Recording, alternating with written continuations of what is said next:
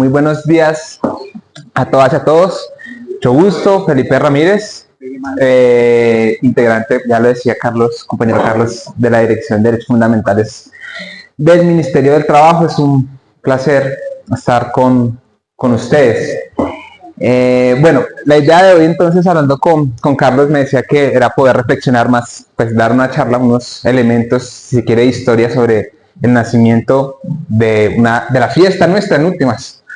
Creo que incluso más importante que el cumpleaños de uno, el 1 de mayo tiene un significado muy, pues, trascendental para los trabajadores, ¿no? Es un día de fiesta, de celebración, se combinan muchas emociones, sentimientos, que uno no sabe si es conmemorar los mártires de todas las luchas que hemos tenido, si es un día para pasar en familia, si es un día para enfiestarse allá en el Camilo Torres, en el Policarpa, o de marchar o hacer asambleas. Bueno, tiene muchos significados y representaciones, ¿sí? La idea es que podamos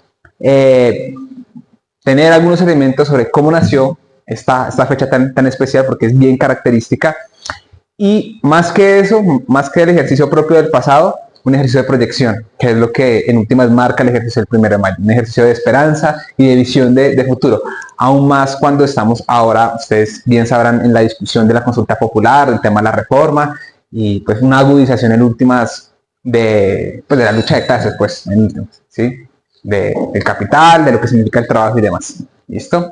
Entonces, bueno, primero quiero iniciar con una reflexión, esta frase de Nicolás Maquiavelo que nos habla sobre la importancia que tiene el conocimiento histórico, la importancia que tiene la historia. Y él decía ahí que el estudio de la historia, en últimas, es el ejercicio del estudio también de la política. Es decir, que el estudio de la historia tiene un componente práctico y un ejercicio político.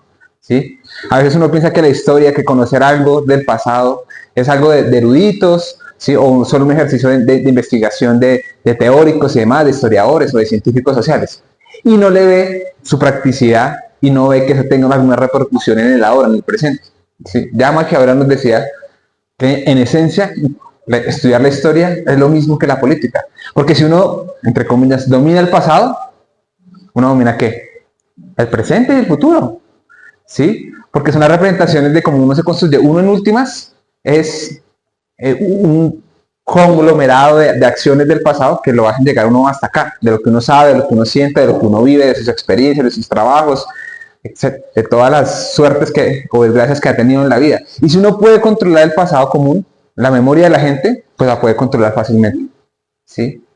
Entonces es muy importante y volver a retomar esos ejercicios de conocimiento histórico, y en este caso del 1 de mayo, pues permite dar una lucha no solo del pasado por retrotraer esas experiencias, sino del ahora, del presente. Como les decía, ahora que estamos discutiendo las condiciones del mundo del trabajo en la reforma laboral, de la consulta popular, pues eso es una disputa política, ¿sí? Es una disputa política, y bien lo saben los 8 senadores, las 8 senadoras que en la Comisión Séptima dieron su voto negativo, bien lo saben los dueños del capital, bien lo saben los empresarios, los terratenientes, ¿sí? No por nada, ustedes lo habrán recordado, decía la senadora Cabal, que es que esa masacre de las Barneras, eso no existió, ¿sí? Que eso es un mito macondiano, ¿no?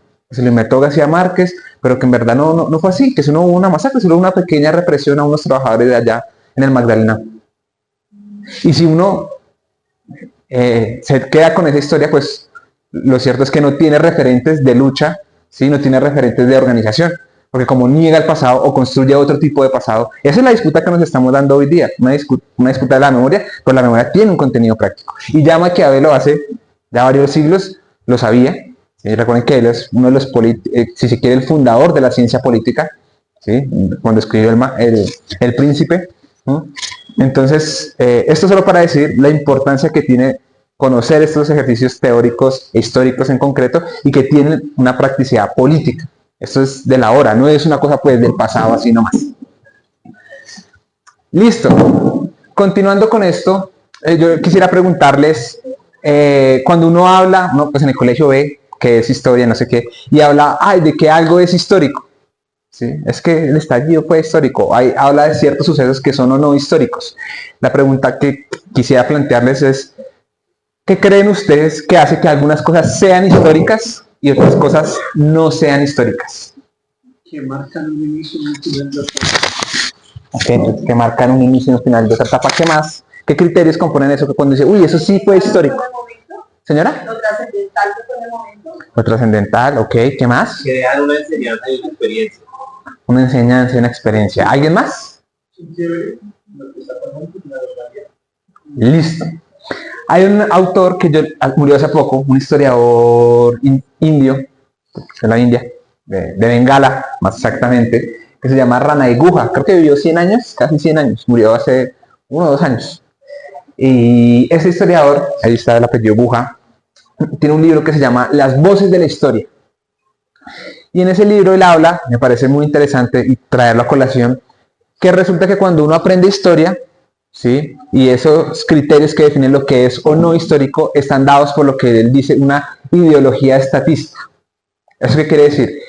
Que, y especial en la humanidad, pero particularmente en el capitalismo, lo que define que sea o no histórico está dado por el Estado. ¿Sí? Ustedes recordarán cuando aprendían historia, porque antes había historia en las clases, ya no hay historia en las clases sino ciencias sociales, es una mezcolanza ahí, pero bueno, eso es otra discusión. Uno en historia le enseñaban ¿qué? El nombre de los presidentes, las guerras, los grandes héroes, que Simón Bolívar, que Camilo Torres, ¿sí? Que Antonio Nariño, que la Pol, ¿sí? Y eso era saber la historia, como tenían que saberse los presidentes en orden, ¿sí? Como que tenía que saberse que en 1854 hubo la guerra de los Gólgotas con los draconianos y que ese fue el primer frente nacional, y entonces que los draconianos se llamaban así porque eran los que querían implementar medidas de protección, bueno, mejor dicho, eso tenía que saberlo uno. Eso era saber de historia. Saber de historia era saber el nombre de los presidentes, así como saber de geografía es saber supuestamente el nombre de las capitales de los países, ¿no? Entonces dice Guha, dice que eso plantea unos problemas muy serios, ¿sí? Porque si uno ve o si uno piensa que lo único histórico es lo que está relacionado con el Estado, y él dice, incluso la izquierda cae también en esa idea, no solo la derecha, ¿sí? Sino la izquierda, uno deja de lado todas las luchas de los movimientos sociales que nunca han sido Estado, ¿sí? Porque lo que sabemos, o por lo menos aquí en Colombia, hasta hace este gobierno de izquierda, progresista y demócrata, pero de resto hemos tenido puros gobiernos de derecha y extrema derecha, ¿sí? Entonces cuando uno habla de que algo es histórico, entonces margina, olvida la lucha de las y los trabajadores, porque como nunca han sido Estado, o lo han sido en periodos muy concretos de la historia, entonces esas luchas sociales, esa reivindicación, no tienen historia. Por eso hay unos pueblos con historia y unos pueblos sin historia. Los pueblos con historia, los pueblos europeos, que uno ve, que la Revolución Francesa, que los alemanes, que los ingleses. Pero cuando uno ve la historia de las comunidades indígenas, cuando ve una historia de las luchas sociales, eso hasta que uno se hace sindicalista o estudia una carrera de ciencias sociales o quiere ser autodidacta, pero en el colegio muy poco se enseña eso en lo que se conoce como la historia oficial, ¿no? La historia oficial es lo que les decía, presidentes, estados. Entonces dice Ranay Guha, eso plantea entonces ese problema, esa ideología estatista. Lo cierto es, y vamos a anclarlo con el 1 de mayo, es que, y eso es lo particular del 1 de mayo, el 1 de mayo nació como una reivindicación propia de las y los trabajadores. No nació impuesta desde el Estado, ¿sí? Vamos a hacer este tal día. Y ni siquiera salió impuesta desde, pues aquí en Colombia, por la regeneración y la historia que tenemos religiosa muy fuerte. Ustedes saben que vivimos 30 años, los primeros 30 años del siglo pasado fueron 30 años de dominio conservador. ¿Sí? Hay una relación muy fuerte, aún la hay entre el Estado y la religión, ¿sí? Muy fuerte. Y eso ha ocasionado, más allá de ser o no creyente, eso ha ocasionado múltiples problemáticas, ¿sí? Porque no es solo el de creer o no, sino de imponer sobre los demás una visión del mundo, ¿sí? Y eso ha significado entonces, como les decía, muchos problemas. El 1 de mayo entonces se ha constituido como un día histórico, ¿sí? Porque ha logrado romper, si se quiere, esa ideología estatista, porque nació del seno de las y los trabajadores. Fue una reivindicación que nació de nosotros, de personas pobres. Vamos a ver aquí en Colombia, ni siquiera de los obreros nació aquí en Colombia, sino de los artesanos, ¿sí? Que es una tradición que tenemos muy fuertemente en Latinoamérica en general y particularmente en Colombia, ¿sí? Y entonces quisiera hacer ahínco en esa idea de que en estos hechos históricos el 1 de mayo tiene esa gran connotación, porque no es una fecha impuesta desde arriba, no es impuesta por la religión, por el clero, por los estados, por las guerras, es una fecha que nace y se consolida como festivo, ¿sí? Y esto también es importante decirlo, la primera vez que se celebró, ya lo vamos a ver, el 1 de mayo fue un jueves, como este año. Vea qué curioso. Y ya eso tiene un significado muy fuerte, pero bueno, eso ya lo hablaremos. Entonces lo cierto que les decía es que, por eso se llama el libro Las Voces de la Historia, porque lo que buscamos es recoger esas voces, ¿sí? Un poco ampliarlas, darles un micrófono para que se vea que eso también es historia, ¿sí? Que las luchas del 1 de mayo son históricas, que la historia nuestra es eso, también historia. Y no solo la historia de los grandes ricos, que cómo se vistieron, de a dónde fueron a vacaciones, porque esa es la historia que nos venden a diario. Entonces que Shakira fue a vacaciones a Santorini. Y eso pues histórico, ¿no? Y dice, pero ¿verdad eso es histórico? Lo histórico solo es lo de los pueblos que se compró uno Ferragamo. Bueno, pero ¿eso es histórico? Y no las luchas, las reivindicaciones propias. Entonces el 1 de mayo sí ha logrado, y si se quiere, es la única fecha de las sociedades seculares. Saben que los seculares son las sociedades que están alejadas un poco o que distinguen, separan la religión del Estado. Vivimos más o menos en una sociedad secular. Y es la única fecha, o de las pocas fechas seculares que tenemos. Porque la mayoría, y especialmente en Colombia, los días festivos son que días que religiosos, santos. ¿Sí? Que yo creo que tener días festivos está bien. Ahora, ¿por qué no tener más días festivos que sean del nacimiento de luchas obreras, que sea como el 8 de marzo, que sea como el 1 de mayo, como el 25 de noviembre, que es las raicas, o la no violencia contra las mujeres, y no días que el Día del Hombre, que el Día de San José, un día inventado, que eso no existe, genuinamente no existe, no como el Día de la Mujer, que es un día histórico de lucha y demás. Quizá en un futuro, ¿sí?, donde seamos una sociedad más igualitaria y nos desprendamos de esa tradición y digamos, de esa visión un poco, como diría, pues muy anclada a la religión tan conservadora, podamos tener días de reivindicación que en verdad tengan un verdadero ahínco en nuestras luchas y con eso poder proyectar un mejor futuro. Pero bueno, para eso falta tiempo y eso no ocurre pues de un día para otro. Necesita ¿qué? Organización. Listo. Ahora, ¿cómo nace el 1 de mayo? Primero hay que hacer, pues, como siempre, un pequeño contexto histórico. Y es que hacia finales del siglo antepasado, del siglo XIX, de los 1800, ¿cómo estaba el mundo? Ustedes recordarán, por lo que pues, nadie está vivo, pero de lo que uno le enseñan o tiene en la memoria, y es que el capitalismo se venía consolidando, que la principal potencia del mundo, ¿cuál era? Hacia finales del siglo XIX.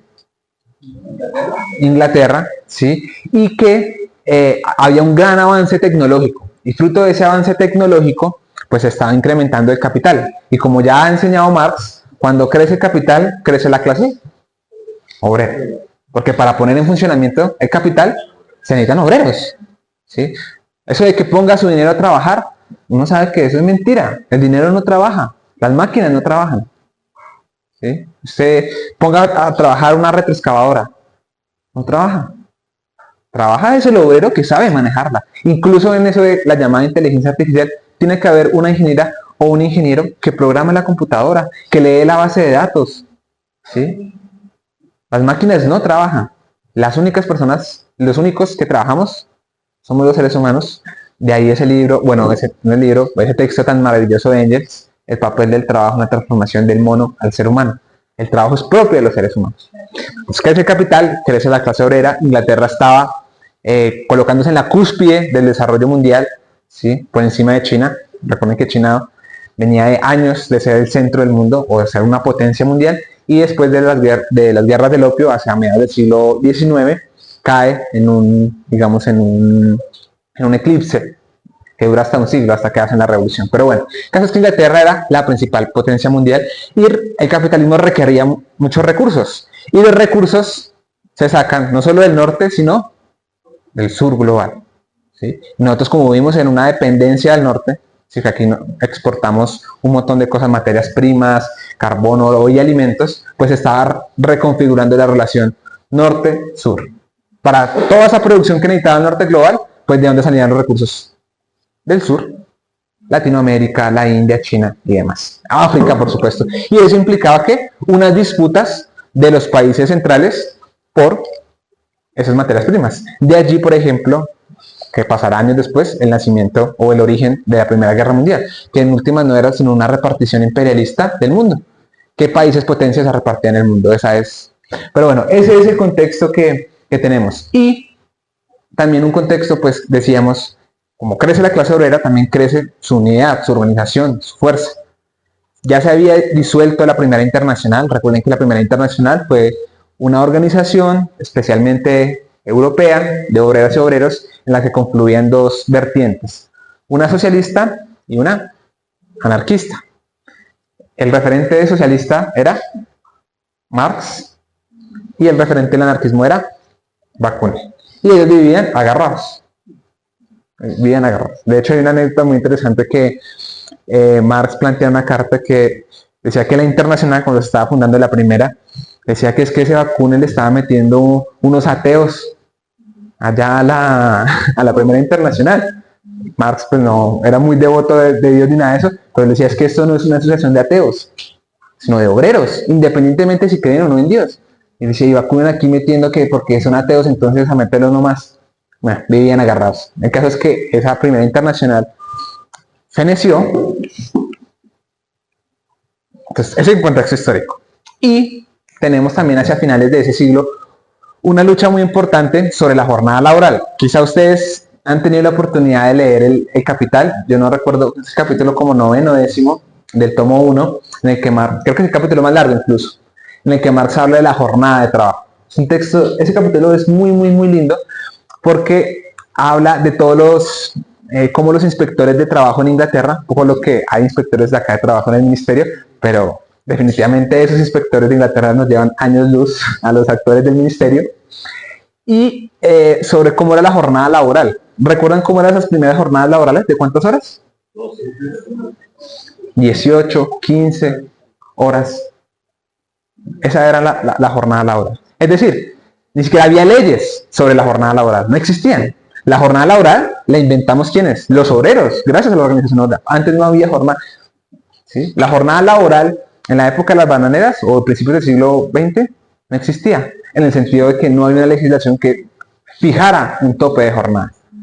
¿Sí?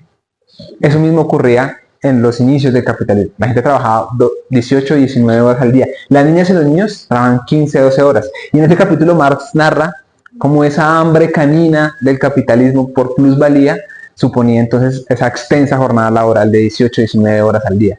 Y cómo daban luchas, ¿sí? Avanzaba la legislación diciendo como, bueno, a los niños entonces, pues 18 horas es mucho. No, que trabajen 12 horas. ¿Sí? Y entonces, no, pues que no puedan trabajar en la noche, sino de 6 de la mañana a 6 de la tarde. Bueno, el capítulo es muy maravilloso porque habla precisamente de esas disputas y esas peleas que se daban entre la clase obrera que se estaba organizando, que estaban haciendo, que estaba tomando conciencia de sí, ¿sí? Clase en sí, clase para sí, y pues la burguesía, los terratenientes que querían continuar imponiendo una jornada de 18 19 horas. En ese capítulo es muy lindo.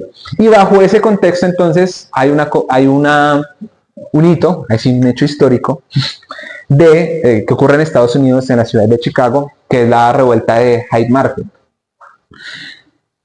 Que eso es lo que uno le cuentan cuando habla del 1 de mayo. Ah, sí, que hubo una revuelta en Estados Unidos que por las 8 horas. Es como lo que uno se le viene a la cabeza.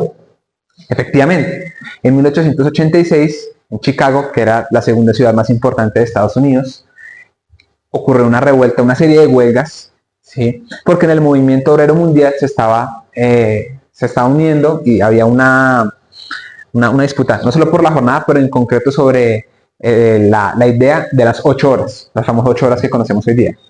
8 horas de trabajo, 8 horas de descanso, 8 horas de ocio, ¿cierto? Los famosos 3/8. Bueno, en esa época entonces ya comenzaba a tomar fuerza esa reivindicación y en Chicago entonces comenzaron a desarrollarse una serie de huelgas, de protestas para que el Parlamento legislara el efectivo cumplimiento de las 8 horas. ¿Eso en qué desembocó? En lo que desemboca siempre que los obreros se movilizan. ¿En qué? En matanza. ¿Sí? Eso casi siempre es así, efectivamente. Ocurrió una masacre. ¿Sí? Entonces los reprimieron así como a plomo, como es característico acá. Un poco no sé si vieron a un señor que estaban entrevistando en Blue Radio, un precandidato, bueno, yo no podía hablar de eso, miento. Pero a lo que voy es que muy peligroso, no sé si lo puedo decir, que decía que aquí hay que levantar a la gente a plomo, ¿sí? Que darles bala, que lo mato. Esa es la cultura traqueta que tenemos acá, ¿sí? Que es una cultura no, que aquí ha llegado a unos niveles, ¿sí? Estratosféricos, pero que es propia de esos sectores de la sociedad que no les importa la vida, que lo único que les importa es el capital. En últimas, hasta da pesar porque son personificaciones del capital, ¿sí? Responden únicamente es al capital. Bueno, eso efectivamente, entonces les decía, esa movilización desembocó en una masacre, ¿sí? Mataron varios obreros y a unos líderes inmigrantes, en su mayoría alemanes, ¿sí? Que pues Europa era el centro del movimiento obrero, donde se daban las discusiones más álgidas y demás, del marxismo, el anarquismo y demás. Estos sindicatos de corriente anarcosindicalista, lo cierto es que tomaron a unos y a la de Estados Unidos, la pena de muerte, ¿sí? Estados Unidos se ha caracterizado por imponer esa ley. Mataron. De hecho, hubo uno que al conocer que le iban a matar, se suicidó. ¿Sí? Se suicidó. Y eso entonces hacia 1886. Eso como contexto histórico de lo que ocurría así muy brevemente en el mundo. Gracias. Y entonces, ya en 1889, unos años después, ¿sí? 1889 también, recuerden que es el centenario de ¿qué? De la Revolución Francesa, señor, de la toma de la Bastilla. Entonces en 1889 se funda en París, en junio, la Segunda Internacional, conmemorando también el centenario de la Revolución Francesa. Así que también marca un hecho de ruptura histórico en el mundo. Y ese día, entre muchas discusiones que se estaban planteando, y al calor pues de la jornada de 8 horas, se dice, bueno, pues ¿por qué no tener un día del trabajo, ¿sí? Que coloque a la orden del día la disputa por las 8 horas, por la jornada laboral, ¿no? Entonces se toma y se construye una resolución que dice que el 1 de mayo de 1890, que en el 89 fue la conferencia en París, en junio, dice, al próximo año, el 1 de mayo, vamos a hacer una celebración del Día del Trabajo. Aquí entonces habría una pregunta. ¿Ustedes qué creen? ¿Que fue algo espontáneo, más allá de lo que dice la diapositiva, por supuesto, o fue algo planeado? El éxito, porque el 1 de mayo es un éxito rotundo. ¿Planeado o espontáneo? Planeado. Bueno, según los datos históricos que tenemos, fue más espontáneo que planeado. Bueno, efectivamente hubo un ejercicio de planearlo para el próximo año, pero en la resolución no queda claro y no hay ningún atisbo, ¿sí?, que diga que esa celebración se debe conmemorar de forma periódica o anual. La idea era hacerlo una vez, en 1890. ¿Sí? Pero la cosa tomó fuerza y fue por la misma inercia, la misma fuerza del movimiento, fue cobrando fuerza. Pero en principio se pensó que era la celebración de un único día, del 1 de mayo del siguiente año. Lo segundo es que en principio tampoco tenía la idea o no se planteaba que fuera una fiesta o una actividad ritual. Hoy día sabemos que el 1 de mayo es el carnaval de las y los obreros, eso es una fiesta. Uno sale, se siente raro ese día, como que tiene fuerza, como que el poder está, mejor dicho, uno está tocando el cielo con las manos, porque uno ve toda esa fuerza con las camisas rojas de Marx, de Engels, las mujeres, los niños, los jóvenes, toda la gente se saluda, se conoce, uno se encuentra gente, cada 1 de mayo uno se encuentra un montón de gente que no ve hace un montón de tiempo, le regalan pola, va y come, o sea, termina borracha, ¿sí? Pues los que toman, los que no, pues disfrutarán y demás. Lo cierto es que hay una whisky, bueno, etcétera, etcétera, ¿sí? No pasa eso. Mi movimiento sindical menos y whisky. Listo.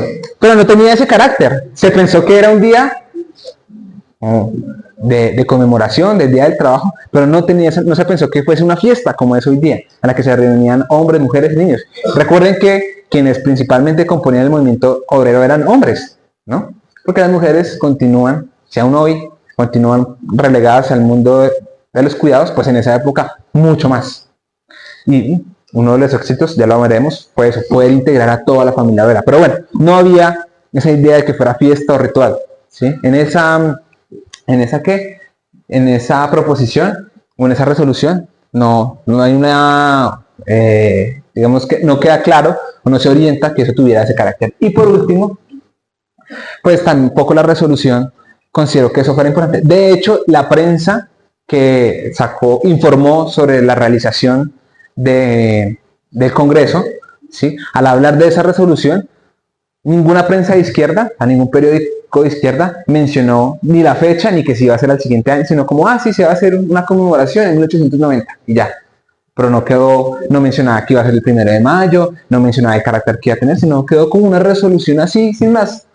De hecho, el único periódico que mencionó que efectivamente era la fecha del 1 de mayo fue un periódico de derechas, que fue el New York Times. Entonces no había un sentido, ¿sí? Aun cuando fue planeado, pues era, sí, vamos a hacer una marcha el próximo año, pero no mucho más. Nunca se pensó que desembocaría en lo que hoy tenemos. Listo. Porque tuvo un éxito tan rotundo, pues ustedes ya lo habrán visto, por todo lo que por lo que uno ve, que fue masivo, porque movilizó más de 300.000 personas solo en Inglaterra, ¿sí? Porque mucha gente salió en Francia, en Italia. De hecho, dice Engels que el país que más se destacó el 1 de mayo de 1890 fue Austria, y particularmente Viena, que era también una capital industrial. Engels todavía estaba vivo, recuerden que Engels vivió en 1895. Y fruto de esa fuerza que tuvo el primer día, fue que comenzó a considerarse el desarrollarlo, y así por la tradición, a desarrollarlo periódicamente. No porque fue un ejercicio planeado, que vamos a hacerlo como les decía, sino fue un éxito, y dijo, bueno, pues aguanta hacerlo otro día. Y se tomó. ¿Por qué mayo también? Uno, pues en los países del norte, que ustedes seguramente habrán viajado, pues en mayo es el mes de ¿qué? De la primavera, ¿no? Y se saben que la primavera, bueno, aquí no tenemos estaciones, pero la primavera es el mes de ¿qué? Del renacimiento, del reverdecer, de la esperanza, y que salen nuevamente las flores después del frío invierno, ¿sí? De la quietud, de lo pretérito. Entonces nace la vida, los animalitos, las aves cantan, bueno, todo lo que uno ve así, que tiene esas representaciones. Tenía un gran sentido que se hiciese en mayo, porque implicaba eso, la esperanza, como vuelvo y digo, sobre un futuro mejor, sobre una reivindicación de el pensar que las cosas van a mejorar, y que van a mejorar con base en el poder obrero, en la disputa política y demás. Entonces tenía un sentido de la vida, del reverdecer, del renacer, de la esperanza. Segundo, las flores. Las flores siempre han tenido pues una simbología de día, y particularmente en las fiestas obreras. Quizá hoy no tanto, ¿sí? Quizá hoy no tanto, con el pasar de los años, por lo menos aquí en Colombia, sí en los inicios del 1 de mayo en el país, pero lo cierto es que igual en un país potencia en la producción de flores, aun cuando sean las trabajadoras de las flores que estén en unas condiciones de miseria. Lo cierto es que pues las flores representan ¿qué? Diversidad, vida, los colores tan diversos, tan heterogéneos, muestran eso, esperanza y demás. Y pues la primavera, relacionada también con el nacimiento de las flores, imprimía también otro sentido también de esperanza y mucho más variado y variopinto a esta celebración. Y por último, esta mezcla entre celebración, conmemoración y descanso. Una, celebrar, porque en principio era celebrar el trabajo, ¿sí? Dos, conmemorar los mártires asesinados. Y tres, y una cosa muy importante, pelearse por el descanso, que es eso que llamamos hoy el derecho al ocio, ¿no? Uno aquí, pues ustedes sabrán, Colombia es el país que más horas trabaja en el mundo. O sea, los obreros colombianos somos las personas que más horas trabajamos al año. 2.405 horas, por lo menos en la OCDE. ¿Sí? Entonces es que a Colombia la está matando la pereza. Mentira. Somos el país que más horas de trabajo tiene. Trabajamos mucho. Casi que solo vivimos ¿para qué? A trabajar. ¿Sí? Y eso genuinamente es algo, no solo triste, sino muy problemático, porque uno pensaría o uno quisiera que la vida fuese más que trabajar. Y cuando uno ya, si tiene la suerte de pensionarse, que ustedes saben que uno de cada cuatro hombres en Colombia se pensiona, y una de cada 8 mujeres se pensiona. Si llegase uno a ser una de esas personas, pues ya le duele la rodilla, ya le duele la ciática, ya no puede ver, ya tose, ya mejor dicho, ya no puede disfrutar de la vida. Está lleno de pastillas, está, mejor dicho, está muy mal, por no decir más, de salud, no puede disfrutar la vida. Y entonces uno desperdició, digamos, sí, desperdició toda su vida trabajando y al final de la vida, los años, ¿qué hice? Solo trabajé para ser rico, aparte a otro. Entonces ese día también tiene un sentido de descanso. Y se unían estas tres cosas, como yo les decía que el 1 de mayo son un montón de emociones que uno ya no sabe si entonces el descanso, el conmemorar, la lucha política, organizarse, la revolución, ¿no? Pero todo eso se mezcla en ese día. ¿Sí? Y por eso se convierte entonces en un ritual. Ya en el Congreso de Bruselas de 1891, un año, hubo una discusión muy interesante porque yo les había dicho que ¿cuándo fue el 1 de mayo? ¿Qué día caía? Un jueves. Y un jueves es un día laboral. Entonces, en la Internacional Socialista hubo una discusión. Pues, por un lado, estaban en cabeza de los alemanes y los ingleses la idea de que fuese el primer domingo del mes de mayo. Un jueves no, porque el jueves es día laboral y si nosotros decimos que vayan a protestar, pues resulta que los pueden despedir a las y los obreros. Alemania estaba bajo una ley de ilegalización del Partido Socialdemócrata Alemán por la ley de Bismarck, que era ilegal, ¿sí? Entonces tenía una represión muy fuerte del movimiento socialista y de hecho la resolución plantea que la celebración o la conmemoración debía darse en las condiciones propias de cada país. Si usted podía hacerlo, pues lo hacía, y si tenía que hacerlo más un caleto, pues lo hacía más. Entonces Alemania, por esas condiciones propias, decía, no, pues es que vamos a arriesgar el trabajo de la gente, ¿sí? Vamos a arriesgar una gran represión, vamos a arriesgarlos, entonces mejor hacerlo un domingo. Entonces los alemanes y los ingleses siempre han sido muy blanditos, hay que decirlo, muy suaves respecto a muchas cosas, pero particularmente respecto a esas, decían no, hagámoslo el domingo. Y por el contrario, los franceses y los austriacos, ¿sí? Creo que sí. Decían que, austriacos decían no, es que precisamente el carácter del 1 de mayo es el control sobre nuestra vida, sobre el trabajo. Y que fuese un jueves le daba aún más importancia porque era decirle al obrero, es que yo no voy a trabajar ese día. Yo sé que es día laborable, pero no voy a ir. No voy a ir. Porque es el día del trabajo, es una reivindicación. Y si todas y todos, ahí sí, yo siempre digo ese chiste, pero es genuino, si todos nos organizamos, mañana es festivo. Y efectivamente el 1 de mayo es fruto de eso. La gente se organizó y construyó un festivo. El 1 de mayo es festivo es porque la gente se organizó. Entonces, ¿quién ganó la discusión? Pues ganaron los franceses y los austriacos y se dijo sí, el primer día hábil, bueno, el primer día de cada mayo va a ser el día de conmemoración del mundo del trabajo. Y adquirió entonces esa discusión sobre lo que en principio podría ser algo baladí o sin importancia, si es un domingo o es un día entre semana, pues una connotación muy fuerte porque lo que plantea ahora el debate sobre, y lo voy a atar un poco también a lo que estamos planteando ahorita con la consulta popular, es la posibilidad de decidir sobre la vida de uno, sobre lo que uno quiere, y qué es lo más importante en la vida, pues no solo la vida, pero en este caso para las y los trabajadores, el trabajo, sobre las condiciones de trabajo. Y si un día uno dice, yo no quiero trabajar, o no vamos a ir a trabajar todas y todos porque ese día es nuestro, ¿sí? Pues eso le duele el bolsillo a la burguesía, a las clases dominantes. Por eso ese día no les gusta mucho a ellos. ¿Sí? Yo creo que habría que hacer una entrevista a los empresarios que sienten ese día. ¿Cuál es su imaginario de? Esa sería una buena tesis. No lo había pensado. Pero bueno, lo cierto entonces es que plantea esa discusión sobre el control de la vida, del tiempo. Porque en última la vida es tiempo. Es tiempo.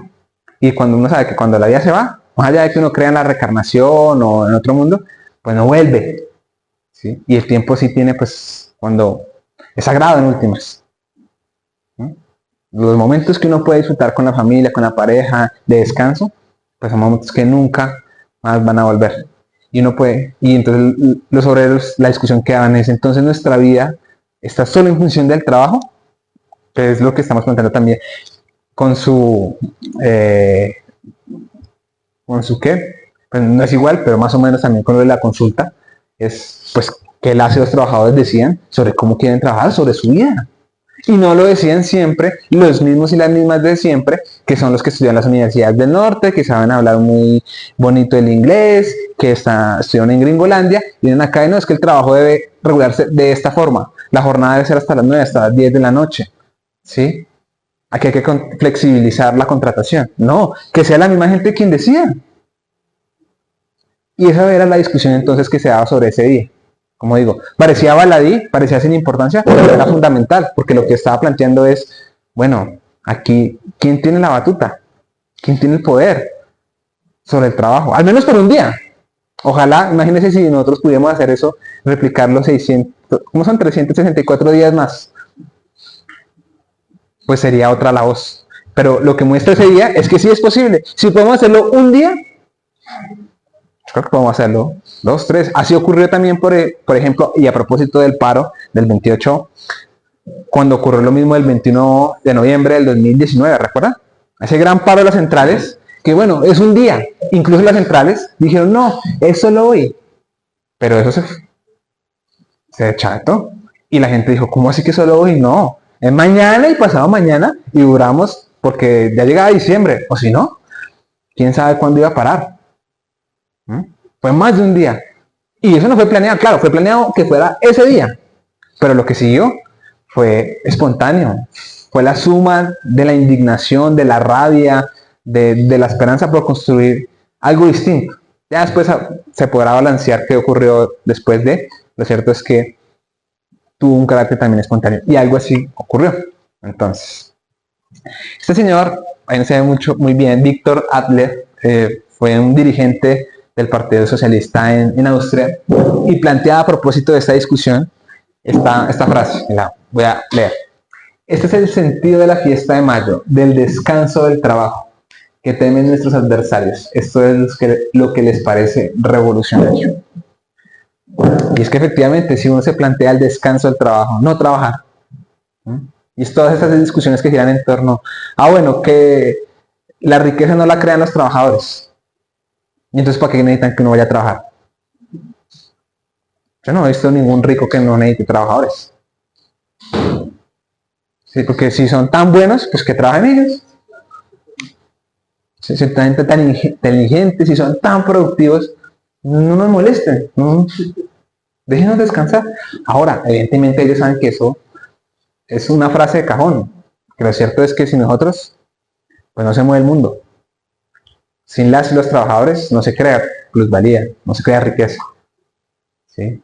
Entonces, eso, pues muy bien lo decía Víctor Adler, es que claro, a las clases dominantes eso le parece muy revolucionario. Que usted pueda decidir, no, yo no quiero ir a trabajar. No quiero ir. Que lo diga 1, 2, 3. Ahí se asustaron. Y precisamente esa fecha entonces adquirió ese sentido, porque es sobre lo que estaba disputándose. Listo. Ahí entonces también, ya vamos a entrar al caso de Colombia, porque en Colombia hay unas particularidades. Pero en esta, yo también quisiera preguntarles, cuando ustedes piensan en el 1 de mayo, ¿lo piensan más que en fiesta o en conmemoración? O en las dos. ¿Y en qué piensan cuando están en ese día? Una conmemoración. ¿Más conmemoración?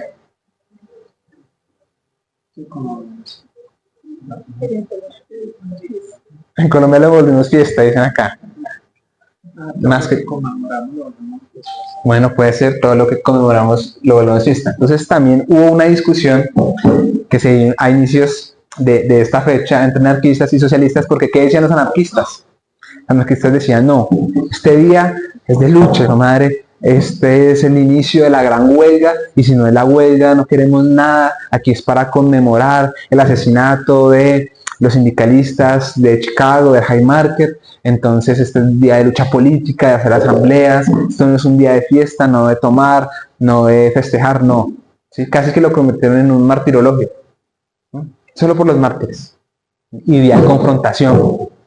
Y los socialistas, por otro lado, decían, bueno, creo que lo pensan así, se fue dando en la práctica, no fue como les decía tan planeado. Pero uno, creían que eso debería tener una base social mucho más amplia, es decir, que participaran hombres, mujeres, jóvenes y niños. Y difícilmente si uno va a la confrontación, pues con mujeres, niños y jóvenes, bueno, de pronto sí con jóvenes, pero con mujeres y niños, pues no es tan pertinente. Entonces ellos querían ampliar la base social para que tuviera una fuerza mucho más grande, ¿sí?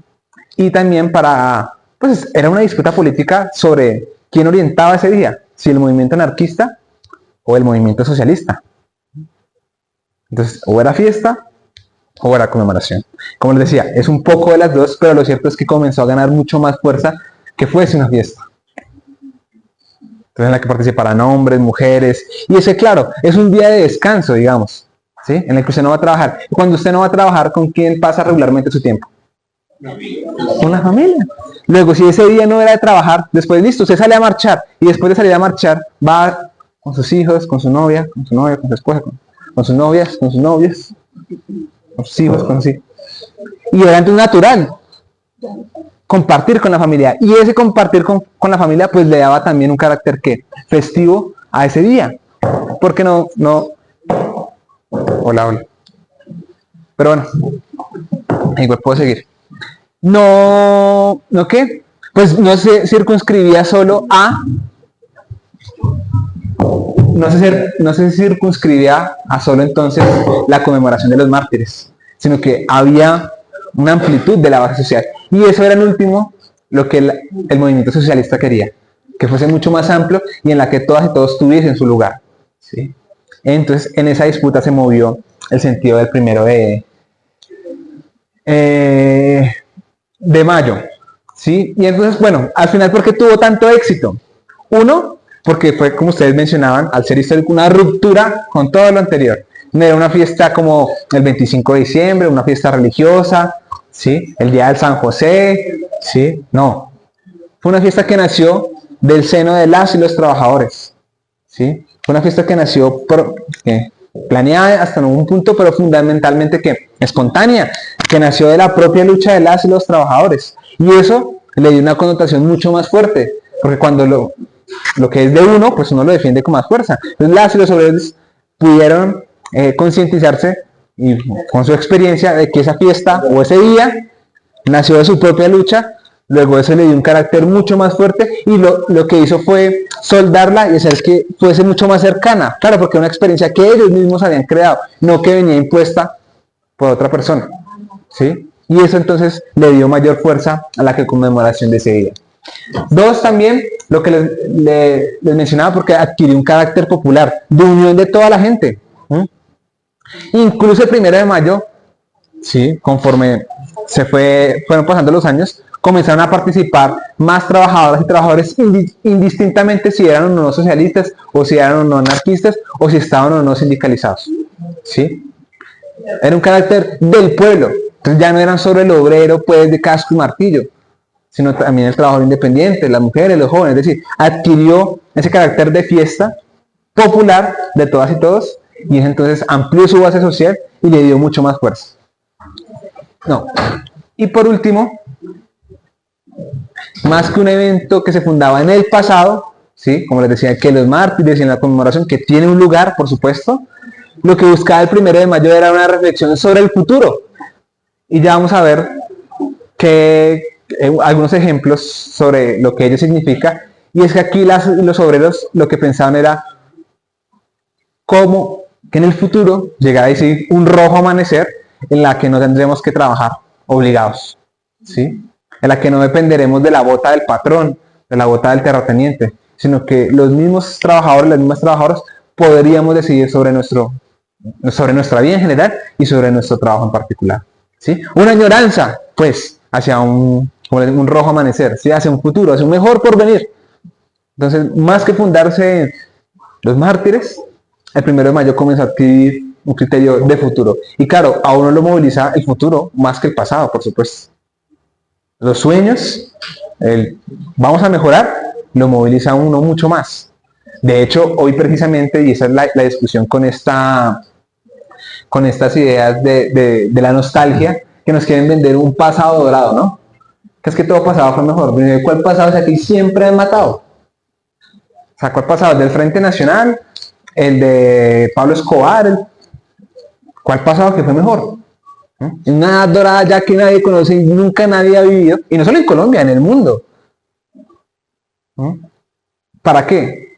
Esa nostalgia desmoviliza a la gente, porque si uno piensa, claro, todo pasado fue mejor, lo que impide es que uno se pueda movilizar hacia el futuro. Y eso es lo que quieren las clases dominantes. Por eso ese discurso ha cogido tanta fuerza. Y por eso el 1 de mayo fue una ruptura, porque lo que se fundaba no era en ese pasado mejor, sino en un mejor futuro. ¿Sí? Un futuro de unidad, de lucha y demás. Un ejemplo de eso es este canto que se llama la Marsellesa, que fue utilizado en Bélgica en 1891. Pues no lo voy a cantar porque el ritmo es difícil, pero vean que lo que ellos hablan tiene todo el sentido de lo que mencionaba sobre esta idea del futuro. Dice: vamos, hijos de la miseria, el 1 de mayo ha llegado, es la fiesta del proletariado, que cada uno debe santificar. En este día de fe social, por todas partes los pueblos al unísono marchan bajo el mismo blasón, confiados en la hora triunfal, ¿sí? En un futuro por venir. De pie, los productores, a pesar de los opresores, miseria, a sacudir el yugo de los explotadores. Marchemos guiados por la esperanza, en este llamado fraternal. Compañeros, nuestra entrega aspira al sufragio universal. Es al precio de esta reforma que el obrero puede obtener el derecho legal de expresarse por la razón que se transforma.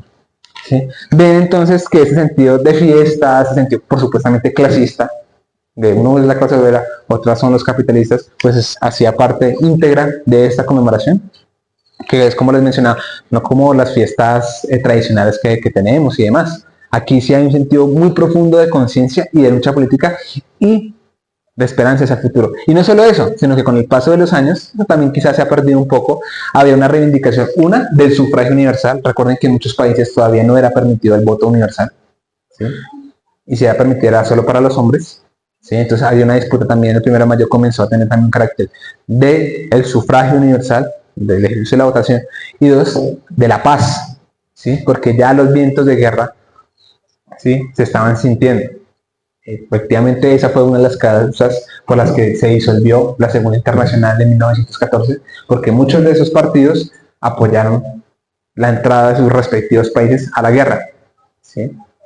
Pero en principio la Internacional se movía bajo ese principio. Entonces, el descanso, la conmemoración, y adquirido ese sentido del sufragio universal, de la votación y de la paz, que en últimas aquí en Colombia todavía se mantiene lo de la paz, pues por las particularidades de un país que ha vivido en conflicto armado décadas y décadas, ¿no?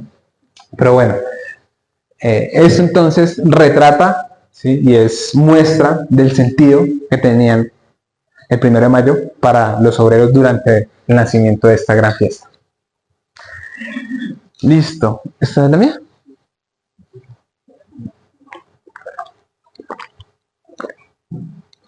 Ahora, hasta ahí una pregunta, comentario, ¿claro? Listo. En Colombia, pues la idea, pues claro, uno ve eso allá en Europa, pero es lo mismo de siempre, la historia en Europa, Europa tan linda, tan bonita, tan... Pero en Colombia también hay celebración del 1 de mayo en Latinoamérica, ¿sí? Y aquí ha adquirido, pues, unos caracteres especiales. No es lo mismo, por supuesto, que esos países. Ha tenido unas figuras bien interesantes aquí. Entonces, en principio, la primera conmemoración del 1 de mayo en Colombia data del año 1914, ¿sí? Casi 25 años después que en Europa, que la primera vez que se desarrolló en el mundo, ¿sí? De hecho, hubo unos países aquí en Latinoamérica que lo hicieron primero: Argentina, México, Cuba, fueron los países en donde esa celebración se hizo primero. Aquí en Colombia hasta 1914, que se explica, como les mencionaba, pues de una cultura profundamente conservadora que tenemos aquí en el país y muy anclada al clero. Y reitero, más allá de la idea o no de creencia de Dios, es que la iglesia como institución sí ha dominado muy fuerte la conciencia de las y los trabajadores. Y les dice, sí, porque es una cultura, es parroquial, porque aquí la cultura parroquial es o es bueno o es malo. O eso es bueno o eso es malo. Lo cierto es que la realidad es, uno, bueno para quién, y malo para quién. Y dos, no todas las cosas son buenas o malas. Las cosas a veces son así, ni buenas ni malas, son así. Y esa cultura parroquial, entonces, lo que generó es que muchas de las ideas pues, socialistas que venían del extranjero pues no llegaran acá, ¿sí? Y nos cerráramos entonces en nuestras cultura pues conservadora, en nuestras propias reivindicaciones. ¿Sí? Entonces, 1914. Y como les mencionaba al principio, quien motivó esta conmemoración, la primera movilización, ¿sí? La primera pues, reivindicación o Día del 1 de mayo aquí en Colombia fue la Unión Obrera de Colombia, que era una organización de artesanos. No eran obreros, genuinamente. Eran trabajadores, por supuesto, pero pues no era el obrero que cuando uno piensa en obrero piensa el de casco y martillo, ¿no? El que vende fuerza de trabajo a una gran fábrica, a una gran empresa. Bueno, aquí eran muy pocos los que había, especialmente los que habían al sector de la construcción, ¿sí? Y los que había pues no tenían una cosa tan avanzada como si lo tenían los artesanos. Los artesanos aquí, en la tradición, digamos, socialista o revolucionaria aquí en Colombia, viene fundamentalmente el movimiento de artesanos. Entonces yo les mencioné al inicio, cuando hablamos del histórico, la guerra de los gógotas con los draconianos, ¿se acuerdan que les dije? Fue una guerra en 1854 que hubo, una guerra civil. Colombia es... me gusta estar en guerra, es que es impresionante. Y en esa guerra se constituyó, les decía, el primer Frente Nacional que hubo en la época. ¿Recuerdan lo del Frente Nacional? ¿No? El Frente Nacional fue la unión entre el Partido Conservador y el Partido Liberal. Bueno, en esa época fue el primer Frente Nacional que hubo. Recién nacieron los partidos porque se acababan de fundar, el liberal y el conservador. Los dos partidos se juntaron para sacar al entonces presidente de esa época, que era el general Melo. El general Melo. El general Melo duró en el poder 8 meses. Eso fue lo más o menos popular que hemos tenido después de Petro. O sea, imagínense, y en 1854, de ahí para adelante, ustedes ya saben cómo es la historia. Y el general Melo, más allá que no era pues marxista ni nada de eso, pero era un señor medianamente, digamos, de origen popular. De hecho, tenía una fisionomía de indio, le decían así, el indio, las clases dominantes para desprestigiarlo. Su base social de apoyo eran ¿quiénes? Los artesanos. Fueron los artesanos. Y entonces se coaligaron en ese primer Frente Nacional, conservadores y liberales, y sacaron al general Melo y mataron más de 1000 artesanos aquí en Colombia. Esa fue una de las primeras. 1000 artesanos, 1000 personas, no es poquito. Y en esa época que teníamos una población muchísimo menor. Y los que no mataron, los mandaron ¿para dónde? Para Panamá, para el Manzano, Panamá, a que se murieran de fiebre amarilla, a propósito de la fiebre amarilla y de todas las enfermedades propias del trópico. Se fueron también con sus esposas. De hecho, hay varios pequeños, porque no estudios o bueno, como registros de qué ocurrió con los obreros que mandaron allá los artesanos, y la mayoría había muerto a los pocos meses de ir. Entonces, eso todo para decir que es una larga tradición que tenemos, uno, de represión, pero dos, del movimiento artesano, que eso ha sido un movimiento revolucionario, si se quiere.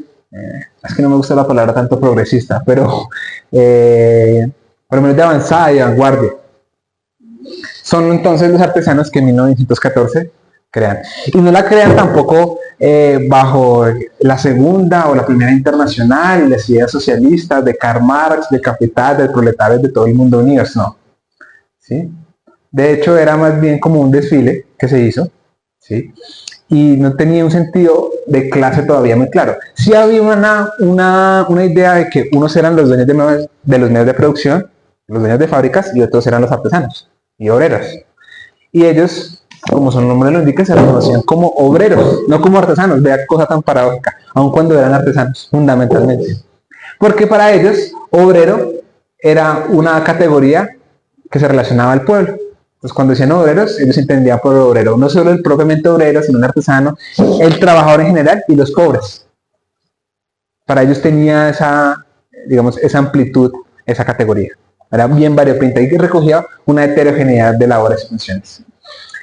Y no era combatido en sus inicios porque pues no había esa conciencia de clase como si la hubo en Europa, pues por las condiciones propias del país. Pero vea que sorpresa que incluso le pidieron permiso a los fabricantes para que dejaran ir a sus trabajadores ese día. Entonces decían que, oiga, que por favor los dejaran ir, que es un día de reivindicación del trabajo. Y empezó siendo eso, una reivindicación no tanto de la clase trabajadora, sino del trabajo. Y por antonomasia, de quienes desarrollan el trabajo. Pasaron una carta también en ese momento al Consejo Municipal de Bogotá, hoy Consejo de Bogotá, diciéndole que por favor dejara salir a sus funcionarios para que fueran a la marcha, que por favor. Y vea que el Consejo dijo, bueno, sí, y les dio permiso. Y no solo eso, mandó una carta a los otros consejos municipales del país diciéndole, oiga, ustedes deberían darles permiso para que marchen ese día a sus trabajadores. Tan bonitos, ¿no?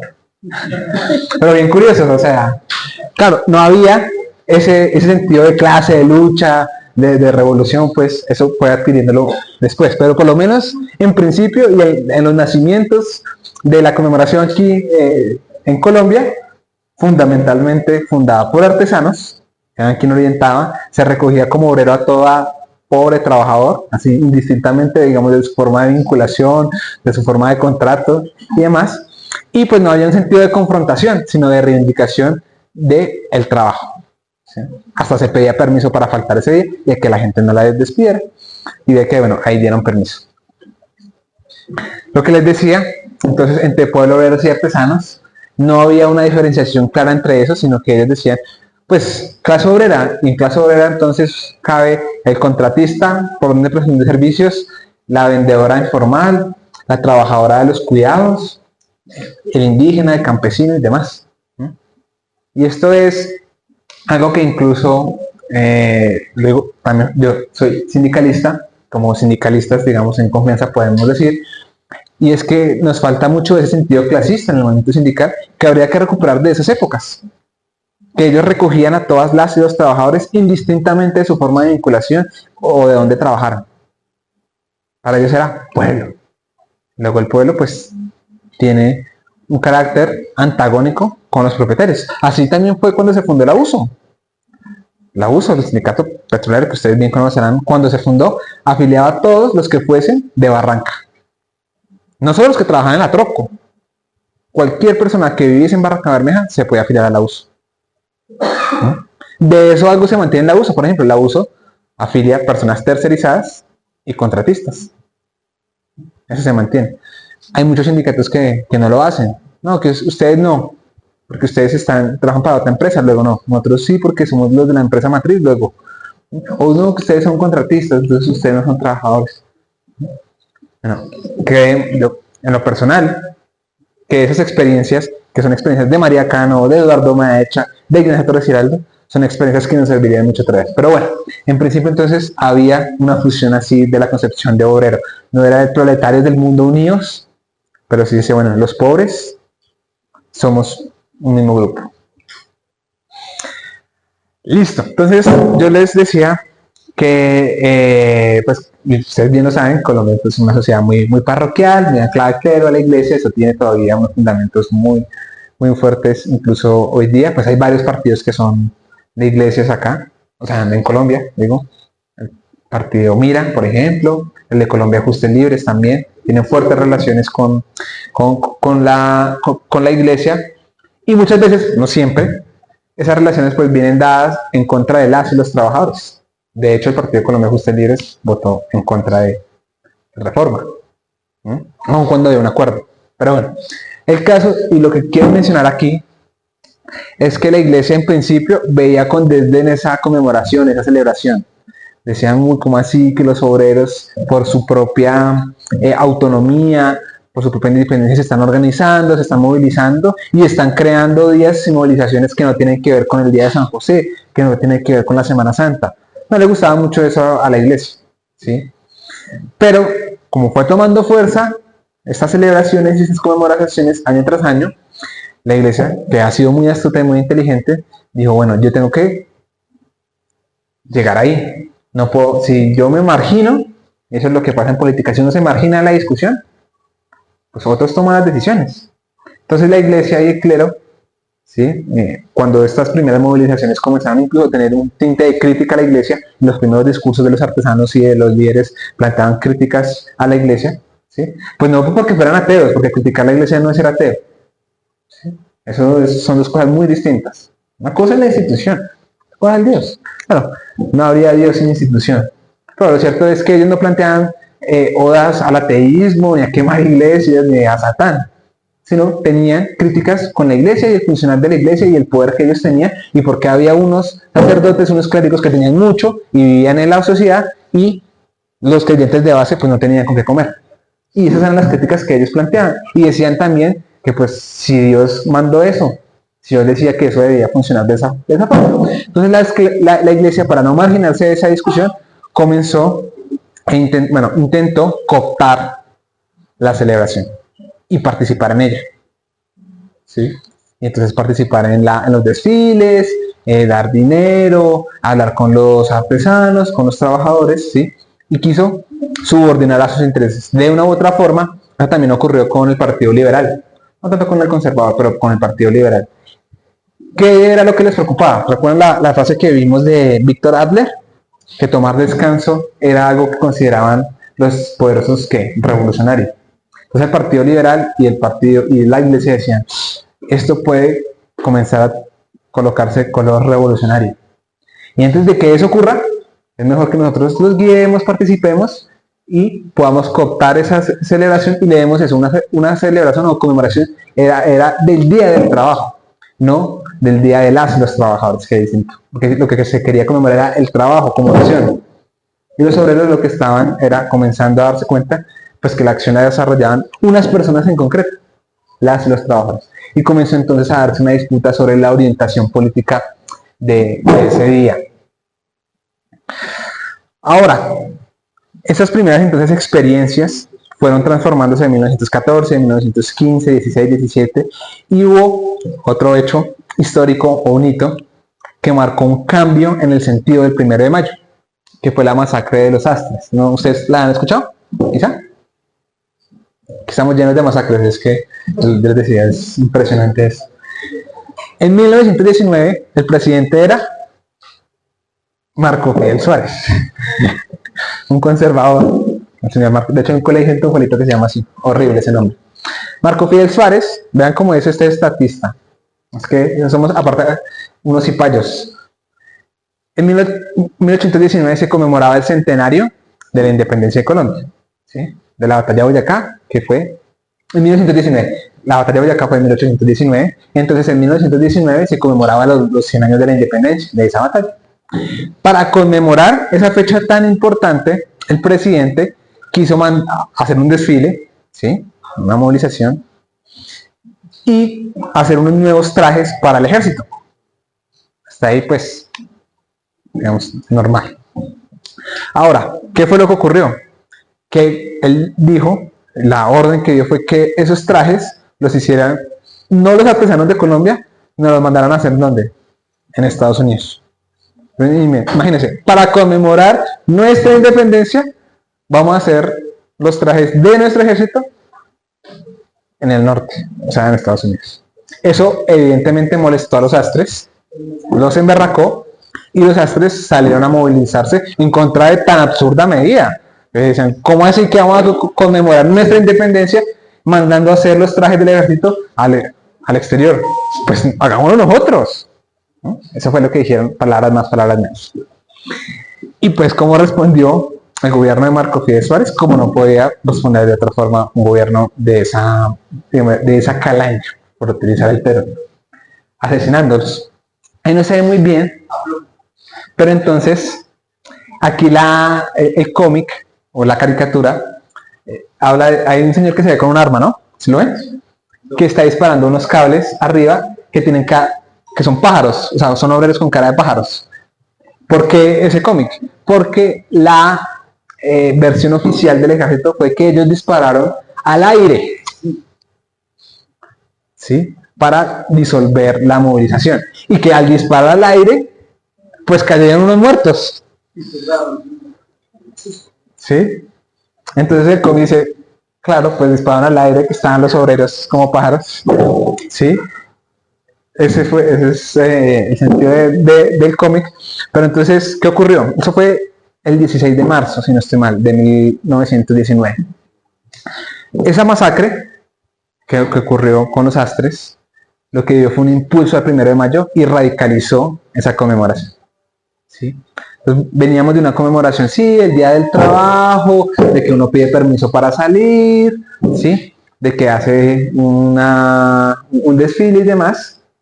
Pero entonces, esto, y como fue próximo, a 1 de mayo, ¿sí? A un mes y medio, lo que dio fue un impulso y radicalizó el 1 de mayo. ¿Sí? Y entonces, desde el 1 de mayo de 1919, ya es raro, pero ahí esos próximos años, o en esos siguientes años, comenzó a adquirir un carácter muy fuerte, reivindicando este hecho. ¿Sí? Y claro, en la conciencia de los obreros quedó mucho más claro que hay unos que tienen los medios de producción y otros que no los tienen. Unos que viven del trabajo de otros. Entonces, esto lo que hizo fue radicalizar ese sentido, esta masacre de los astros. ¿Sí? Y entonces, como les decía, hacia 1919 y especialmente ya hacia 1926 con la fundación del Partido Socialista Revolucionario en cabeza de María Cano, Ignacio Torres Giraldos y demás, el 1 de mayo comenzó a adquirir un carácter clasista, radical y revolucionario. Entonces pasó, ¿sí?, de la idea de pedir permiso para ir a marchar a, no, ni madres, vamos por la movilización y vamos también por la revolución, que ya es otra cosa. ¿Sí? Claro, ya había un movimiento social mucho más maduro, había ocurrido la revolución rusa, soviética, había una influencia, se había fundado ya también la Tercera Internacional, es decir, era un panorama político, pues, digamos, que tenía en el centro del debate esta cosa del socialismo, del capitalismo, del comunismo, ¿sí? Y fruto de eso, pues, esas influencias comenzaron a llegar aquí en Colombia, no con demasiada fuerza, pero entonces ya el 1 de mayo comenzó a adquirir ese carácter mucho más clasista, ¿sí?, mucho más de disputa, y comenzó entonces a lograr conjugar eso que les mencionaba de uno, el sentido de conmemoración de los mártires, como el de la masacre de los Astres; dos, el sentido clasista y revolucionario; tres, el sentido de fiesta, ¿sí?, que es una particularidad propia. ¿Listo? Incluso vemos aquí, este es un poema, y muchos obreros comenzaron a construir poemas, es muy linda. Hay un texto del profe Renan Vega que habla, que se llama, ¿cómo se llama ese libro? Rebeldes, Gente muy rebelde, ya me acordé, Gente muy rebelde. Y en el tomo 4, creo que son 4 tomos, de hecho es la tesis doctoral de él habla sobre la fiesta del 1 de mayo aquí en Colombia. De ahí yo tomé muchas de esas ideas, y un texto de Eric Hobsbawm. Este es un poema que escribió el señor Scorcia Garavini, que es un obrero barranquillero, a propósito del 1 de mayo, y vean cómo planteaba estas ideas que les estoy mencionando. Dice: hoy es el día más grande del obrero, que las bellezas de las artes cantan, y queriendo elevarse hasta el lucero, llena la frente de sudor levanta.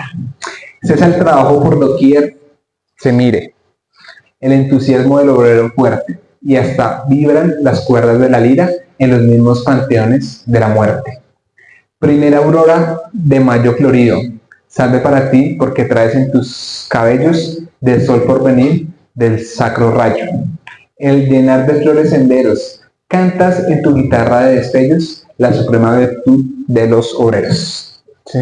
Entonces, estos ejemplos y, digamos, esta simbología o representaciones poéticas, lo que nos hablan es ya de cómo el 1 de mayo comienza a adquirir ese carácter incluso de ritual, y cómo se le construía hasta poesía, ¿sí? Y ya vemos el sentido entonces clasista que comienza a adquirir esa fecha tan importante para las y los trabajadores de aquí en Colombia. De hecho, creo que sigue, esta es una frase de María Cano, que ya pues es el cenit de la conciencia clasista y la lucha de clases al respecto del 1 de mayo, y como entonces ya dejó de ser una conmemoración sin más del Día del Trabajo, sino que marcaba la posibilidad de que el obrero pudiese disputarse su derecho al trabajo y pudiese disputarse, pues, en últimas, la sociedad. Dice: hoy 1 de mayo, los esclavos del trabajo laboran en el panal de la vida la miel que se bebe en los zánganos del capitalismo. Entonces ahí ya habla de plusvalía, de cómo unos se aprovechan de otros. O sea, ya eso es claro. Hoy solo levantan como bandera la rebeldía, el silencio de los soldados de la revolución social, recordando a los verdugos que la horca de Chicago, por lo que llaman de los mártires, la silla eléctrica para Saco y Vanzetti. y la sangre del pueblo vertida ignominiosamente con hoguera formidable que destruirá algún día su andamiaje de iniquidad. ¿Qué cosa más sombría que el silencio de esta muchedumbre de esclavos, cuya boca amordazada marca con una mueca siniestra el rostro del torturado? Quietud y realeza presagia el cataclismo de los demoledores. Ya en esta frase de María Cano, de la flor del trabajo, se hace evidente entonces ese sentido clasista. De hecho, ¿ustedes saben por qué le dicen la flor del trabajo? Pues más allá de lo que no se sabe muy bien de dónde sale esta reivindicación de la flor del trabajo. Cuando veíamos la flor es un elemento de la simbología del 1 de mayo, pero al parecer viene de estos reinados que se hacían en los colegios, ¿sí? Y entonces se toma esa idea de los reinados en la idea del 1 de mayo y se elegían también en principio mujeres jóvenes, porque la juventud, pues el 1 de mayo es ese sentido de esperanza, de futuro, de belleza. Entonces se trasladó esa idea de reinados del sector educativo al 1 de mayo y comenzaron a elegirse también a reinas en los primeros de mayo y representantes, no solo tanto por la belleza, sino como representantes de la clase obrera. Y esa reina, entonces, era la reina del 1 de mayo, ¿sí? Y tenía su mandato por un año, hasta el siguiente año.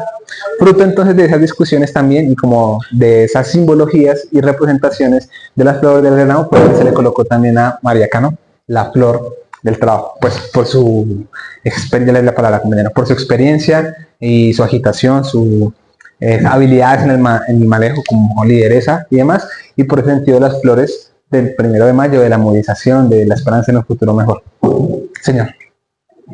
No, simplemente un comentario que con el tiempo, no sé cuánto tiempo, la oligarquía y los medios de comunicación tenían el sentido totalmente contrario a la frase, ¿no? Hoy en día, o hace mucho tiempo, para hablar más de una persona que trabaja mal, se dice que es la flor del trabajo, de meditar en forma de parte simbólica. Ah, sí. Bueno, oiga, sí, ahí, eso es, ahora que su Marcelo menciona, es que es muy particular del capitalismo y es una categoría que usa Marx que se llama la mistificación. La mistificación es tomar algo y ponerlo de cabeza, invertirlo, su significado. Entonces, ese es un ejemplo claro. Tomar la flor, que da sentido de rebeldía, de lucha, de dedicación, de disciplina, y ahora convertirla en ser vago, no hacer nada y demás. El capitalismo siempre está invirtiendo las cosas. Por ejemplo, a propósito, el salario. Si yo les pregunto qué es el salario, ¿qué es el salario? Lo que le pagan a uno por trabajar. Es decir, es una igualdad. Lo que yo trabajo me lo pagan, ¿no? Si trabajo menos, me pagan menos, ¿no? Pues resulta que no. El salario no es lo que uno le pagan por trabajar. El salario es una parte de lo que uno trabaja. Porque la otra parte es lo que uno va a la patronal, ¿no? O si no, si uno le pagaran todo lo que uno trabaja, pues qué ganancias se quedaría el patrón. Entonces el salario en verdad no es una igualdad, es una desigualdad. Pero el capitalismo lo vende como una igualdad y todo el mundo cree que el salario es lo que uno le pagan por trabajar. Pero no es así, es solo una parte de lo que uno trabaja, porque la otra parte se va para el patrón. El capitalismo está lleno de mistificaciones, de cosas invertidas. Son una cosa que se muestra como su contrario. Como también el capital, que el capital es productivo. El capital no es productivo, productivo es la persona, pero todo el mundo habla así, el capital es lo productivo. Pero bueno, todo para decir que, total, tiene ese ejemplo. Eso ha sido una forma de quitarle ese carácter radical y revolucionario al 1 de mayo y a las luchas obreras. ¿Sí? Gracias. Y sumarse, iba a decir.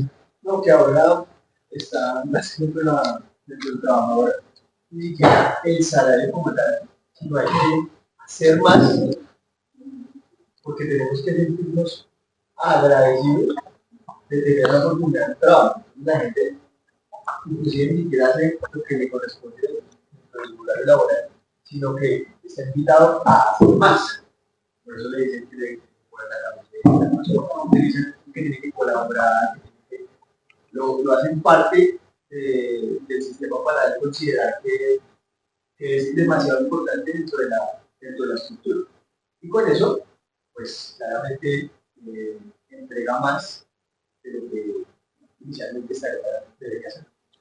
De acuerdo, se ha construido todo un andamiaje de eso para hasta uno autoexplotarse. Y si no, siente culpa. Porque, pucha, no estoy siendo productivo, estoy descansando y yo debería estar haciendo tantas cosas.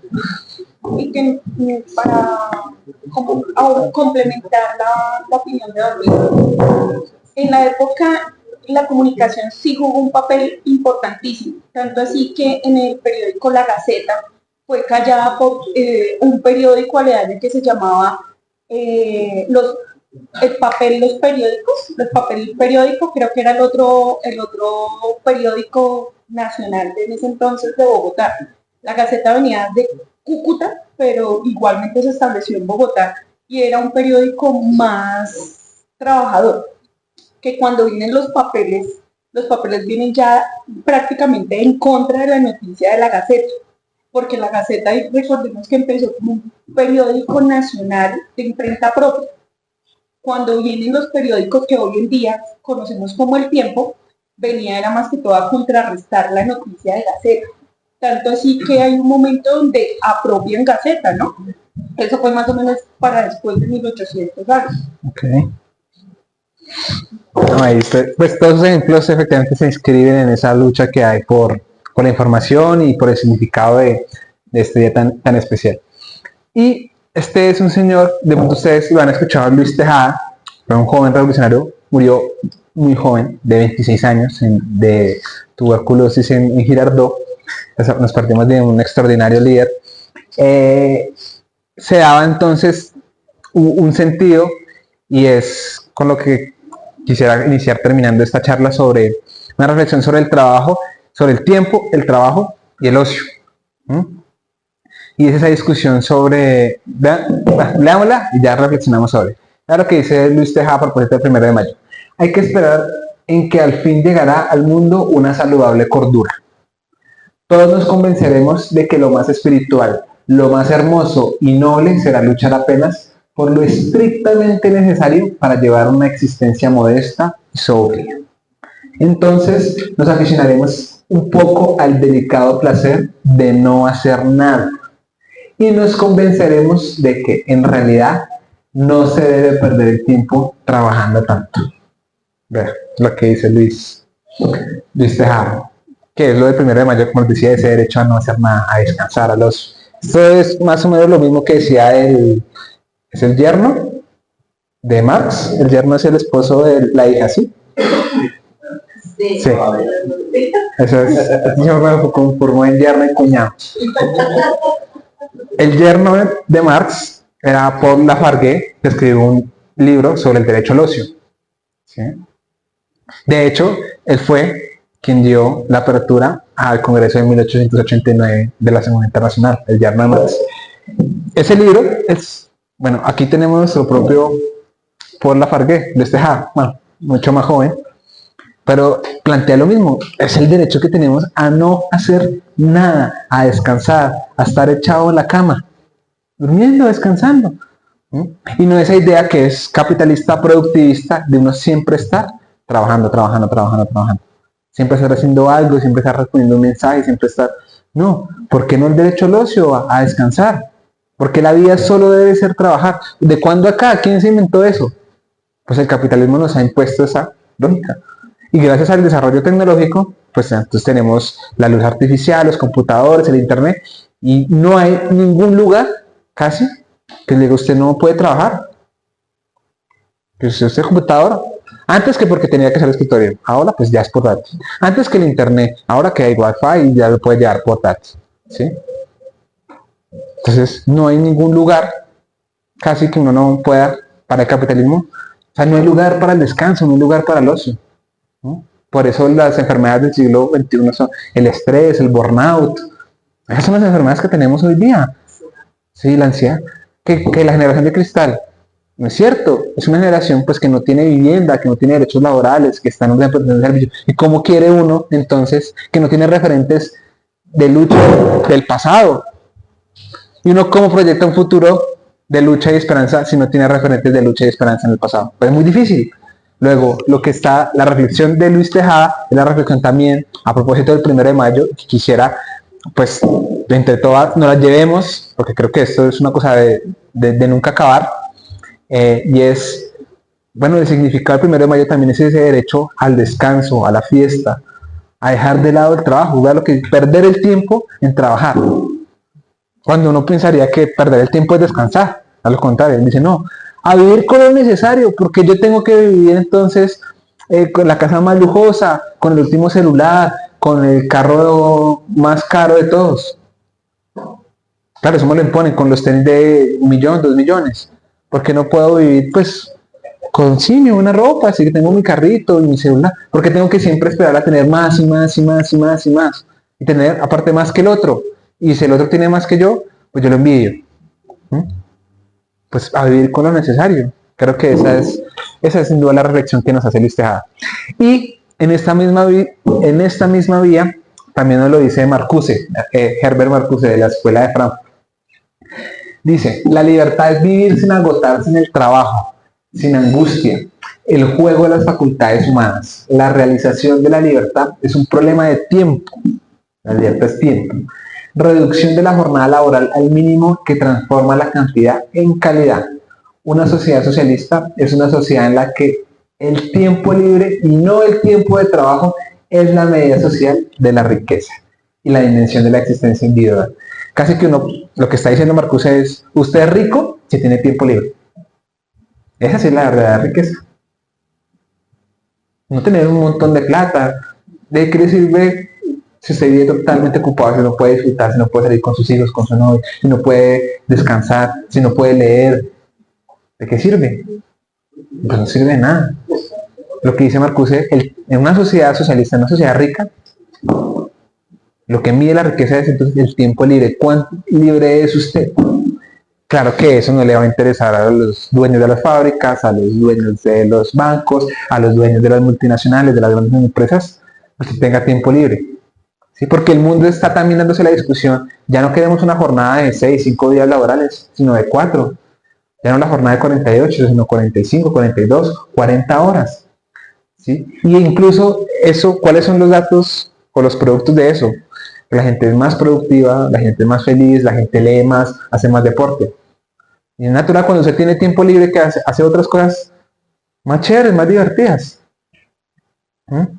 Esa es la reflexión, o sea, el 1 de mayo en últimas, más allá de yo lo que les mencioné, del contenido y demás, creo, eso ya es a modo personal, que el 1 de mayo, o reflexionar en torno al 1 de mayo, es una reflexión en torno a la libertad, en torno al ocio, en torno a la fiesta. De hecho, y a propósito de eso que les mencioné, la fiesta, lo del whisky y demás, hubo una discusión muy interesante que también se dio a inicios del 1 de mayo aquí en Colombia, y es que había unos sectores de la clase obrera que decían no se puede tomar, no debería tomarse porque es que tomar embrutece, y entonces al embrutecer usted no podía desarrollar actividades sociales, sindicales, de lucha, ese día es de lucha, no es para emborracharse y demás, ¿sí? No es para perder el tiempo en eso.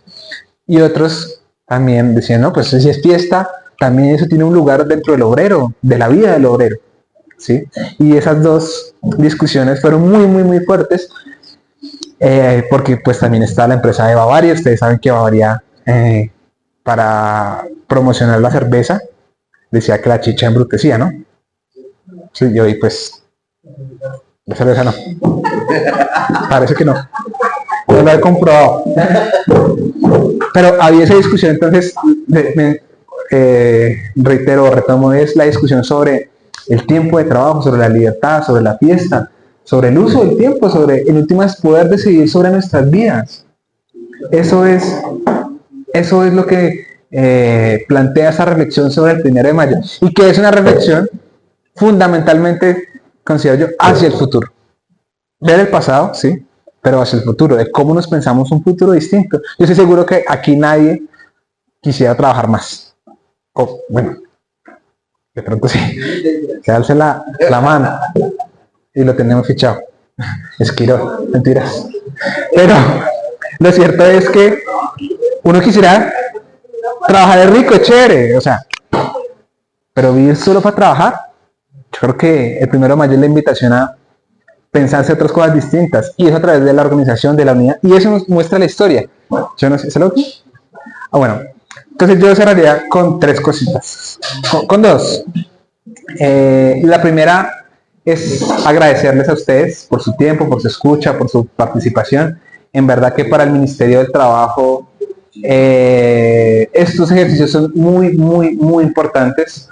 Sí, creo que esto da muestra del carácter de cambio del ministerio. Estoy seguro que con otros ministros anteriores que le vengan a decir que hay que trabajar menos, pues no va a ocurrir.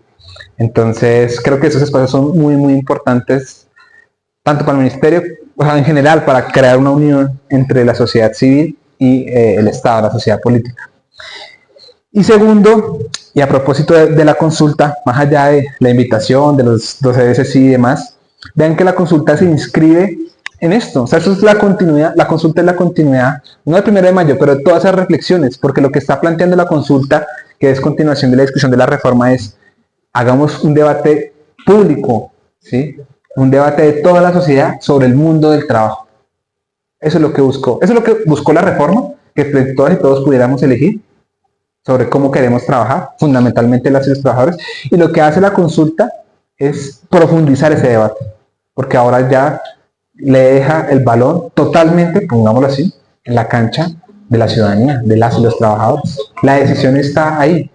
Que después eso cómo se legislará y demás es importante y demás, pero más allá de lo propiamente jurídico y técnico, que tiene un lugar, reitero, y que es importante, cuando construíamos las preguntas de la reforma lo que pensábamos es, bueno, el sentido de la consulta. La consulta lo que busca es que la gente pueda participar, pueda decidir sobre su futuro, sobre su vida. ¿Usted quiere continuar trabajando más de 8 horas? Y si trabaja más, ¿quiere que se le pague más? ¿Usted quiere crear nuevos contratos? ¿Quiere tener un bono pensional para los campesinos? ¿Quiere formalidad? O sea, decida. Y eso implica tomar agencia, decidir, organizarse. La unidad, fundamentalmente organizarse. Yo entiendo que organizarse es muy difícil. Uno no a veces no se aguanta ni los de la casa, menos se va a aguantar al del sindicato. Dice, no, este man no está. Pero es la única forma. No hay otra forma. Como les decía, si mañana nos organizamos, es festivo. Es festivo. Nos organizamos y el jueves es festivo gracias a esa organización. Bueno, si eso continuara, si la consulta saliera, si la gente pudiera hacer pedagogía. Y para eso, vean, yo se lo digo con esto cierro, con toda sinceridad de parte del ministerio. Ustedes conocen, yo siempre hago este chiste, que no es tan chiste, la verdad. Ustedes conocen las 3 velocidades del Estado, ¿no? Lento, despacio y quieto. Esas son las velocidades del Estado. O sea, es impresionante, no se mueve. No se mueve. ¿Sí? Y el presidente los lunes en el Consejo de Ministros siempre dice, hágase una cosa, pero de ahí para abajo para que se haga es muy difícil, porque hay mucho rango medio, mucho procedimiento, mucha normativa, que el decreto del artículo, de la ley, de la resolución, o sea, es impresionante. ¿Qué nos hemos dado cuenta? Es una cosa que igual ya sabíamos, pero que nos ha reiterado esta experiencia. La única forma en la que se mueva el Estado es con la movilización social. O sea, ni estando adentro uno puede. Hay una responsabilidad, por supuesto, estando adentro. Pero definitivamente quien da más impulso al Estado es la unidad sindical, la organización social. Es la movilización, es la única. ¿Sí? De resto lo que uno puede acá hacer, la verdad es que es casi como, no totalmente, pero casi termina uno, ahí sí, arando en el mar. Es muy difícil. Es la movilización, son los sindicatos los quienes estamos llamados, ahí sí, digamos, fuera de mi papel como institucionalidad, a mover el Estado, a construir otra forma de Estado. Es un Estado que brinde las garantías de derechos, de ocio, que se brinden nuevos ejercicios. Porque de lo contrario, vamos a continuar trabajando un montón de horas, ¿sí? Y vamos a llegar a grandes, y creo que eso sería muy triste, eso sí sería triste. Es decir, yo viví 60, 70 años, y lo único que hice fue trabajar, y trabajar para otro, para hacerlo rico a él, porque ni siquiera tengo yo casa, porque vivo en arriendo. Entonces, creemos desde el Gobierno Nacional que la consulta lo que nos abre es una oportunidad, una posibilidad, ahí sí como diría Marx, para tomar el cielo por asalto. ¿Sí? No podríamos preguntar, ¿usted quiere una revolución? ¿Sí o no? pues, la gente no diría, están locos estos manes. Pero lo que sí podemos es dar un avance en garantías, en derechos, para que la gente y la organización sea mucho más fuerte, ¿sí? Para que sea mucho más robusta, para que en este caso con la UNED, que es un sector estratégico, o sea, el mundo se mueve por los bancos también. Un sindicato fuerte como la UNED, si pudiera, imagínense, no estoy diciendo que mañana vayan a bloquear los bancos y eso, pero si tuviesen, como tienen su derecho de la huelga y la movilización, créanme que eso marcaría y los bancos tendrían que asumir otra actitud, ¿sí? Entendemos que eso no es fácil, eso no es sencillo, porque hay miedo, porque formas de contemplación, por mil y más cosas. Pero la consulta sí nos permite abrir ese debate, ensancharlo, que todas puedan participar y marcar un nuevo panorama, digamos, en el debate político, un nuevo escenario, ¿sí? A veces uno piensa que todo está perdido, nada está ganado, que no. Yo creo que hay que ir día a día, cada día trae su afán. Y ahora la consulta sí es un lugar, y a ver si cierro con esto, para el ministerio, que nos va a permitir, que va a permitir que al conjunto de la sociedad avanzar en derechos y en organización. ¿Sí? No por Petro ya está pensionado hace rato, el ministro lo mismo, la exministra lo mismo, la mayoría de ministros ya fueron, ya son grandes, ya tienen su vida resuelta, no necesitan más dinero. Pero las reformas sí son nuestras, del de a pie, la pensional, la laboral, salud, la educación. Y la consulta entonces permite ese ejercicio. Seguramente habrá cosas por mejorar y demás, pero pues es una lucha que les necesitamos. También ese es el llamado, o sea, les necesitamos.